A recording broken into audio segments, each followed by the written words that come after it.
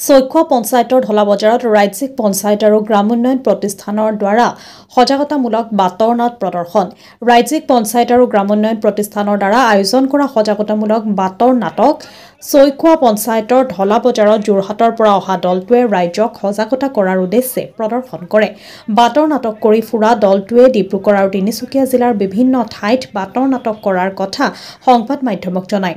এই বাতৰ নাটকৰ দল টুকা সংগ দিয়ে চৈখোৱা উন্নয়ন খণ্ডৰ উন্নয়ন বিষয়া চামছুদ্দিন আহমেদে। তিনিচুকীয়াৰ পৰা ৰাহুল গগৈৰ ৰিপৰ্ট, নিভাজ অসম লাইভ।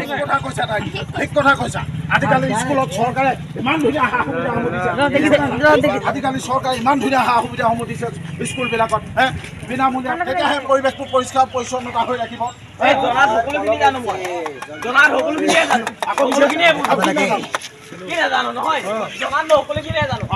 কথাটো হ'ল এতিয়া পঞ্চায়তলৈ যাওঁ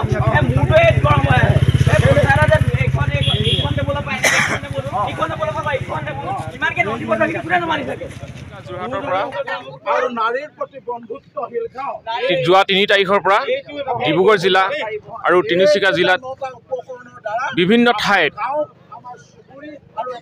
ৰাজ্যিক পঞ্চায়ত আৰু গ্ৰাম উন্নয়ন প্ৰতিষ্ঠানৰ দ্বাৰা আয়োজন কৰা যি সজাগতামূলক বাতৰ নাট আমি বিভিন্ন জিলাত সজাগতামূলক উদ্দেশ্যে পৰিৱেশন কৰি আহিছোঁ।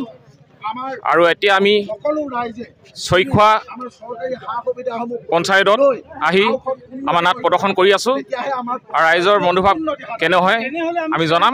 ধন্যবাদ।